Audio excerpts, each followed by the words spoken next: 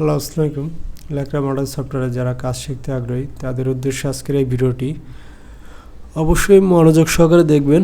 আপনারা যারা এই ভিডিও দেখে কাজ শিখতেছেন, আশা করি আপনাদের সাথে প্রতিটি ভিডিও প্রেজেন্ট করার জন্য আমি সবসময় সর্বদা চেষ্টা করি, কিন্তু সময় সাপেক্ষের জন্য হয়তো হয় না। তো দেখুন, এখানে আমার কিছু ডেভেলপ পয়েন্ট আছে, মেজারমেন্ট, এগুলো জায়গায় আমরা ডিলিট করলাম।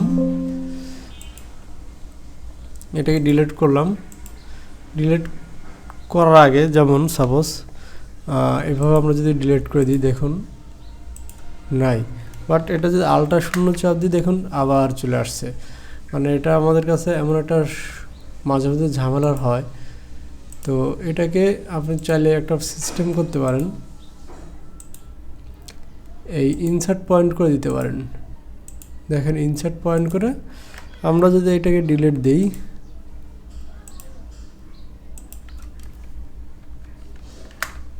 এটার কোনো ঝামেলা ফেস করে না, একদম বোঝা যাবে না।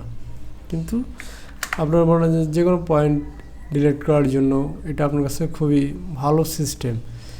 আপনার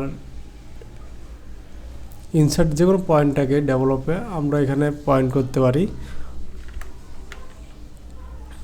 আবার ধরুন এখানে আমার একটা শেপের সমস্যা হচ্ছে, ধরেন এই শেপটা মিট করতে পারতেছি না, তখন আমি কি করব, এখানে বিকল্প একটি হ্যান্ডেল অপশনটাকে আনার জন্য তখন আমি এটাকে আবার আপনার ইনসার্ট পয়েন্টে রূপান্তর করব। যেমন ইনসার্ট পয়েন্ট করে দিলাম, এখন দেখেন আমার এখানেও একটা হ্যান্ডেল তৈরি হয়েছে। যেমন আমি যদি রিসেট দিই, এখান থেকে আমি এখানে একটা হ্যান্ডেল দিলাম, দেওয়ার পর এখান থেকে এটাকে স্ট্রেট দিয়ে খাড়া করে দিলাম। তারপর এখান থেকে অ্যাঙ্গেলটাকে একটু দাঁড় করে দিলাম। এই হচ্ছে মূল বিষয়। আমাদের এটাকে শেপটাকে যদি আমরা খুব স্মুথলি বা হার্ডলি যদি করার প্রয়োজন হয়, সেক্ষেত্রে এই হ্যান্ডেলটা খুব সহজে নেই না আমরা, যখন একবারে প্রবলেম ফেস করি শেপটাকে সংশোধন বা ভালো করার জন্য, তখন এই অপশনটাকে আমরা ইউজ করি। ইনসার্ট বিকল্প একটি পয়েন্ট তৈরি করি আমরা এটাকে। এই হচ্ছে সিস্টেম, এটাকে আমরা এই কাজে ব্যবহার করে থাকি।